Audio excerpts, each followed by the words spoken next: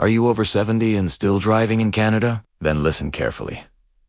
Because, starting this year, brand new driving laws are coming into effect across the country, and they're tougher than ever before. These new rules could completely change how seniors renew, keep, and even qualify for their driver's licenses in 2025. If you or someone you love is over 70, stay tuned, because this update could save you time, stress, and even your license.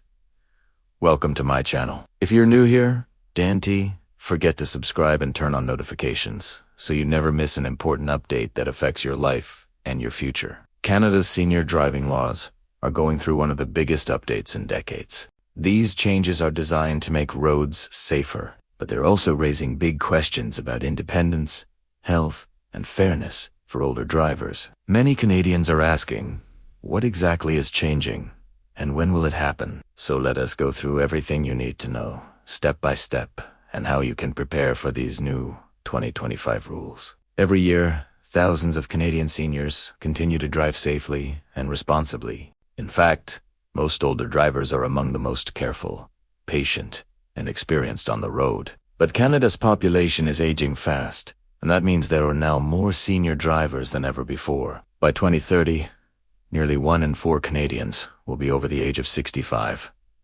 That's millions of drivers. And while many are perfectly capable behind the wheel, age-related changes can slowly affect driving ability.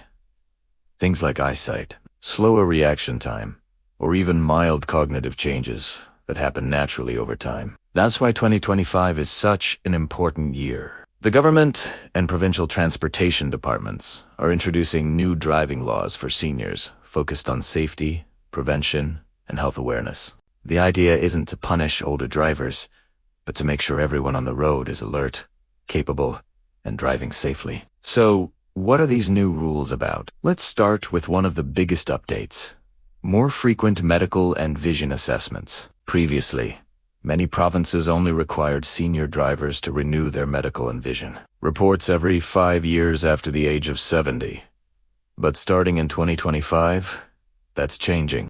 Many provinces will now require updated reports every 2 years, and in some cases, every single year, depending on the driver's health or doctor's recommendation. This means your doctor and optometrist will play a bigger role in your license renewal process. If your doctor notices anything serious, such as poor vision, slow reflexes, memory issues, or medical conditions that could affect driving, they can now report that information directly to the Ministry of Transportation. That report could trigger a temporary suspension or a request for further testing until medical clearance is received. So, if you're over 70, it's a smart idea to start keeping up with your regular checkups and eye exams. Don't wait for the renewal letter to arrive in the mail. Be proactive and stay ahead of the process. The second big change coming in 2025 is new cognitive and reaction tests for senior drivers. This is one of the most talked about updates. Seniors may now be asked to complete short in-person assessments that measure reaction, speed, attention, and memory. These tests are meant to ensure you can respond quickly to sudden changes on the road. Things like unexpected stops, pedestrians crossing, or fast traffic. It's not a traditional driving test. You won't be asked to parallel park or perform a full on-road exam. Instead, it's more of a computerized or written test that measures alertness and coordination. If a driver doesn't pass this initial assessment, they may be asked to take a short on-road evaluation or provide extra medical information before renewal. Again, this isn't meant to take away anyone's license unfairly. It's meant to identify who might need extra support or re-evaluation. Another big part of these changes is something called conditional licensing. This new rule means that if you pass your renewal test but shows certain limitations, your license might come with conditions. For example, you might be allowed to drive only during the daytime, within a specific distance from your home, or only on local roads instead of highways. This helps seniors stay mobile and independent while reducing risks in challenging driving situations. Conditional licensing is already being used in provinces like Ontario and British Columbia, and more provinces are expected to follow this system in 2025 and 2026. Now, let's talk about another area that's being affected: insurance. With these new regulations, your insurance provider might also adjust your premiums. If you have a conditional license, like one that restricts you to daytime driving, you could actually see your rates go down, as you're considered a lower risk. On the other hand, if a medical assessment reveals a new health concern, even if you keep your license, your insurer may increase your premium. So, what's the best way to handle this? First, shop around. Don't just automatically renew with your current provider. Compare quotes from different companies, and make sure to mention any new conditions on your license. Also, ask about discounts for mature drivers, low mileage, or for completing a defensive driving course. These can help offset any potential increases. So, how can you prepare for all these changes? First and foremost, be proactive about your health. Regular checkups are key. Second, consider taking a refresher driving course for seniors. Many organizations offer them, and they can help you brush up on your skills and learn about new road rules. This also shows initiative to both the licensing authorities and your insurance company. Finally, start thinking about a driving retirement plan. No one drives forever. Have a conversation with your family about alternative transportation options for the future, like ride-sharing, public transit, or community shuttle services. Planning ahead can make the transition much smoother and less stressful when the time comes. These new laws are a significant shift, but they're all about keeping everyone safe. By staying informed, proactive, and prepared, you can navigate these changes confidently and continue to enjoy your independence for as long as it is safe to do so. What are your thoughts on these new rules? Let me know in the comments below. Thanks so much for watching. And if you found this video helpful, please give it a thumbs up and subscribe for more updates. Stay safe. On the road.